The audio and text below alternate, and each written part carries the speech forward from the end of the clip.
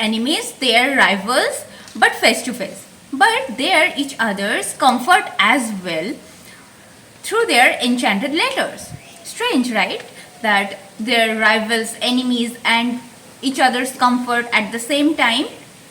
तो यही है इस बुक का speciality. So hey guys, welcome back to my channel Miriya and I am here with another new book summary video. और आज की जो बुक है वो है, उस बुक के बारे में आप लोगों को तो पता चल ही गया होगा, और वो ये बुक है Divine Rivals by Rebecca Ross. और ये जो बुक है ना, ये बुक थोड़ा सा हटके है और इस बुक के बारे में हम लोग बात करेंगे, लेकिन पहले इसके स्टोरी जान लेते हैं, फिर इसके बारे में हम लोग डिस्कस करेंगे. तो चलिए वीडियो शुरू करते हैं. आयरिश ई विनो और रमन सी केट एक ही कॉलमिस्ट पोजीशन के लिए लड़ रहे हैं, और ये दोनों ही ना बेहतरीन राइटर्स हैं और दोनों ही बहुत ही डिजर्विंग हैं.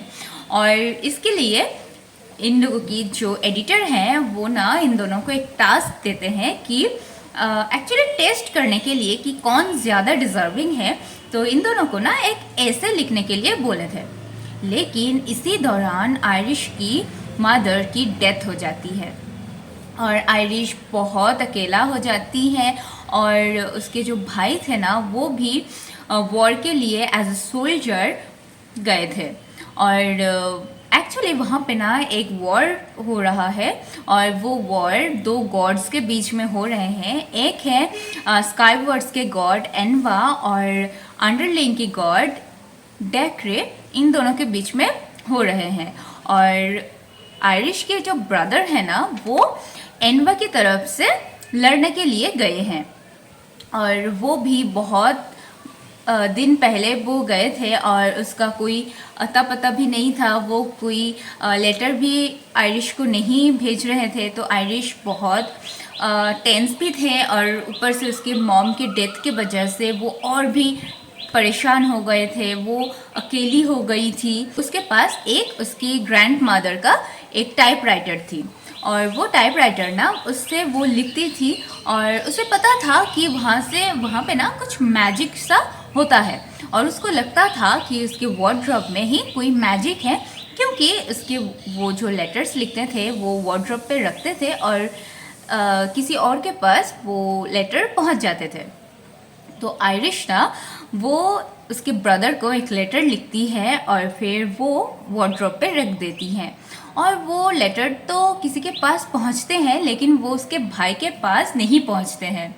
वो लेटर जिसके पास पहुंचते हैं ना वो और कोई नहीं, रोमन था. लेकिन आयरिश को ये पता नहीं था कि वो लेटर रोमन के पास पहुंच गया है. और रोमन भी बहुत शॉक्ड हो गया था, क्योंकि उसको भी नहीं पता था उसके टाइपराइटर के बारे में, और वो भी उसके ग्रैंड मदर की ही थी. वो ऑफिस पे आते हैं तो वो ना कुछ खोई खोई सी लग रही थी आयरिश ना जब ऑफिस ज्वाइन करते हैं उसके मॉम के डेथ के नेक्स्ट डे ही, और वो ना बहुत खोई खोई सी लग रही थी. और रोमन को पता था, तो एक्चुअली वो लेटर्स में जो लिखते थे वो रोमन के पास ही जाता था. तो रोमन को पता था कि आयरिश की मॉम की डेथ हो गई है, और फिर वो ना उसके ये सब हादसे की वजह से आयरिश भूल जाते हैं वो ऐसे लिखना, और रोमन ना वो ऐसे लिख देते हैं और उसको वो पोजीशन मिल जाते हैं. लेकिन रोमन एक्चुअली उसके एडिटर को ये बोलता है कि एक और फेयर चांस मिलना चाहिए, क्योंकि आयरिश की मॉम के डेथ की वजह से वो लिख नहीं पाई थी. लेकिन आयरिश ना वो चांस लेने से मना कर देती है, और वो वहाँ पे उस कंपनी में वो रिज़ाइन दे के चली जाती है और वो डिसाइड करती है कि वो उसके ब्रदर को ढूंढने जाएगी. किसी और एक न्यूज़पेपर पे एज अ वॉर कोरेस्पोंडेंट वो ज्वाइन करती हैं, और फिर वहाँ पे वो फ्रंट लाइन पे जाके वो सोल्जर्स की वो सर्व करने की डिसाइड करती है. और आयरिश उसको लेटर लिखती रहती है, और रोमन उसको नहीं बताते हैं कि वो रोमन है. और वो ना एक दूसरे से बहुत बातें करते हैं, हर एक चीज़ वो लोग एक दूसरे से शेयर करते हैं. और वो ना एक दूसरे के कहीं ना कहीं कंफर्ट बन गए थे एक दूसरे के लिए। और फिर ये सब चलता रहा और एक दिन आयरिश रोमन को ये बोलता है कि वो उसकी होम टाउन से 600 किलोमीटर दूर है। और ये सुन के रोमन शॉक्ड हो जाते हैं और वो पूछता है कि वो कहाँ गई है, क्यों गई है। तो वो सब कुछ बताती है कि वो as a war correspondent join की है और फिर वो वहाँ पे इसीलिए गई हैं। और फिर ना वो लोग बातें करते रहते थे और एक रात को वहाँ पे अटैक हुआ और फिर आयरिश ना एक्चुअली रोमन को लेटर्स लिख रही थी और लिखते लिखते ना वो मिड वे में छोड़ दी थी। तो रोमन को बहुत अजीब लगा, वो ना उसके लिए टेंस्ड होने लग गए थे। जब आयरिस की वहाँ पे सिचुएशन हैंडल हो गई थी, सिचुएशन एकदम ठीक ठाक हो गई थी, तो आयरिस उसको मैसेज फिर से करते हैं, मतलब लेटर्स लिखते हैं कि वो सेफ है, सब कुछ ठीक है। लेकिन रोमन ना वहाँ पे चले जाते हैं जहाँ पे, और वो भी उसके जो कॉलमिस्ट पोजीशन था वो छोड़ के उसको रिज़ाइन करके वो आयरिश के पास चले जाते हैं। और वहाँ पे आयरिश ना रोमन को देख के बहुत शॉक्ड हो जाता है कि वो यहाँ पे क्यों आए हैं। कि आयरिश को तो पता नहीं था कि जो जिसको वो लेटर्स लिख रही थी वो और कोई नहीं रोमन है। रोमन ना उसके मिडिल नेम आयरिश को बताए थे कि उसका नाम कार्वर है और आयरिश कार्वर को लेटर लिखती थी, उसको नहीं पता था कि रोमन ही कार्वर है। तो रोमन तो आयरिश को पसंद करने लग गए थे, लेकिन आयरिश को तो नहीं पता था, आयरिश तो कार्वर को पसंद करती है। और फिर ना वो लोग एकदम फ्रंट लाइन में जाते हैं, आयरिश और रोमन एक साथ जाते हैं और फिर वहाँ पे वो जो इंजर्ड सोल्जर्स थे उन लोगों को सर्व करते हैं। और वहाँ पे ना रोमन भी इंजर्ड हो जाते हैं, एक लेग है वो इंजर्ड हो जाते हैं, वो चल नहीं सकता था ठीक से। और फिर ना आयरिश को रोमन, जब वो वॉर हो रहा था वहाँ पे जब ब्लास्ट हो रहे थे ना, तभी रोमन उस आयरिश को सिर्फ एक बात ही बोल रहा था कि मेरा बैग लो और यहाँ से चले जाओ, मेरा बैग लो और यहाँ से चले जाओ। तो आयरिश ना उसके बैग बाद में वो उसको मिलते हैं और वो जब वॉर से वापस आ रहे थे तो वहाँ पे वो उसके घर पे आके आयरिश रोमन के बैग जब देखते हैं तो उसके लेटर्स थे उसमें, उसके टाइपराइटर थे उसमें। और फिर जब वो लेटर्स दिखे आयरिश शॉक्ड हो जाती है कि वो उसी के लेटर्स हैं और कवर और कोई नहीं रोमन ही है। तो वो हॉस्पिटल पे जाते हैं और वहाँ पे वो बहुत गुस्सा करती हैं, उन दोनों में बहुत अनबन होती है।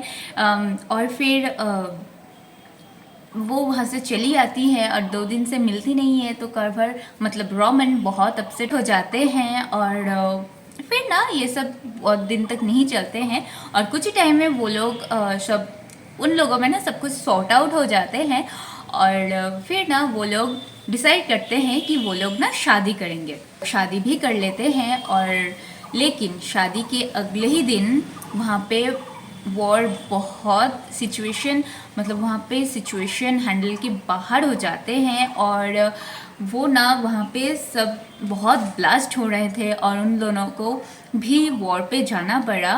और वहाँ पे जाते ही ना रोमन उसको सिर्फ एक ही बात बोल रहा था कि मेरा हाथ मत छोड़ना, मुझे मत छोड़ना, हम दोनों को एक साथ रहना है। और फिर आयरिश भी उसको नहीं छोड़ रही थी, लेकिन हालात ही ऐसे हो गए थे कि उन दोनों को अलग होना पड़ा। रोमन उस भीड़ में खो जाते हैं और आयरिश उसको बहुत ढूंढती है लेकिन उसको नहीं मिलता है रोमन। और फिर सडनली आयरिश के हाथ पकड़ के कोई खींच के लेके जाते हैं और आयरिश को लगता है कि कौन है। उसको पहले तो लगा कि रोमन है, लेकिन वो कुछ टाइम बाद और फिर वो आदमी उसको यही बोल रहा था सिर्फ कि पीछे मत देखना, हम लोग बहुत जल्दी जल्दी सेफ प्लेस पे चले जाएंगे। लेकिन आयरिश को ये था कि इस तरफ हमें नहीं जाना था, हमें दूसरी तरफ जाना था। तो वो बोलता है कि मुझे पता है सब कुछ, कहाँ सेफ है कहाँ नहीं है, तो तुम चुप रहो, मेरे साथ चलो, बस पीछे मत देखना। तो वो बहुत शॉक्ड हो जाती है। लेकिन और फिर कुछ टाइम बाद आयरिश को ये पता चलता है कि वो रोमन नहीं है, वो उसके भाई फॉरेस्ट हैं और वो उसको लेके भाग रहा है। और फिर वो उसके हाथ छुड़ा के भागने की कोशिश करती है आयरिश कि मुझे रोमन के पास जाना है, उसको लेके फिर हम लोग जाएंगे, उसको छोड़ के मैं नहीं जाऊंगी। लेकिन फॉरेस्ट उसकी बात नहीं मानते हैं, उसको जब ज़बरदस्ती वहाँ से लेके जाते हैं। और जब आयरिस पीछे मुड़ के देखती है ना, तो देखती है कि उसके पीछे पीछे रोमन भी आ रहे हैं, क्योंकि उसका लेग इंजर्ड था तो वो ज़्यादा जल्दी नहीं भाग सकता था। तो फॉरेस्ट उसको लेके वहाँ से चले जाते हैं और वहाँ पे तभी एक ब्लास्ट होता है और रमन वहीं पे रह जाते हैं और आयरिश को लेके आयरिश भी सेंसलेस हो जाती है और उस ब्लास्ट के कारण, और फिर फॉरेस्ट उसको लेके वहाँ से चले जाते हैं। और ये जो स्टोरी है ना यहीं पे ख़त्म हो जाते हैं। इस बुक में ना आपको यही पता चलेगा कि यहाँ पे इस बुक पे वॉर हो रहा है और फिर यहाँ पे बहुत लोग मिसिंग हो रहे हैं और हर कोई इन्वा की तरफ से ही लड़ रहे हैं, डेक्रे की तरफ से कोई नहीं लड़ना चाहता है और उसको सब लोग डर रहे हैं उसको देख के उसके।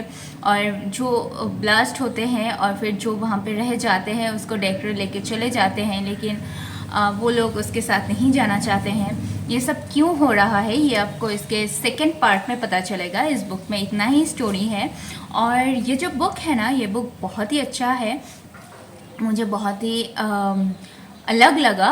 और ना इस बुक का एक बात मुझे बहुत अच्छा लगा, वो है इसमें ना स्पाइस इतना नहीं है, इतना रोमांस नहीं है, लेकिन ये बुक इतना इंटरेस्टिंग है ना, मतलब आप एक सिटिंग में इसको कंप्लीट कर सकते हैं। ये इतना इंटरेस्टिंग है और इतना इंगेजिंग है, ये बहुत अच्छा है।